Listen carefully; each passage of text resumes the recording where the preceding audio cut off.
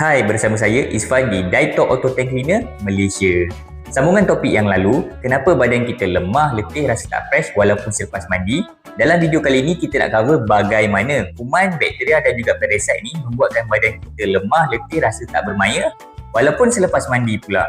Bila tangki air rumah kita kotor, tak pernah dicuci, tercemar dengan kuman, bakteria, toksin dan juga parasit, kotoran ataupun kuman bakteria tersebut akan masuk ke dalam badan kita melalui rongga-rongga seperti hidung, mulut, telinga, mata, luka-luka kecil pada kulit kita.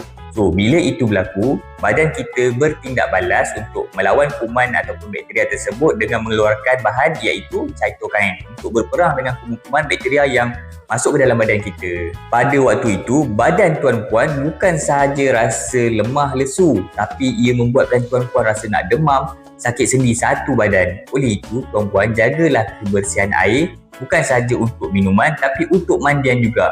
Kami suggestkan tuan-puan untuk pasang Daitok Auto Tank Cleaner kerana ia merawat, mencuci tangki air dan membunuh kuman secara automatik. Tak perlu lagi upah orang untuk cuci tangki air rumah tuan-puan.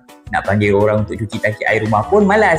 So, lagi mudah dengan Daitok Auto Tank Cleaner. Maklumat lanjut hubungi kami ataupun nantikan konten kami yang seterusnya.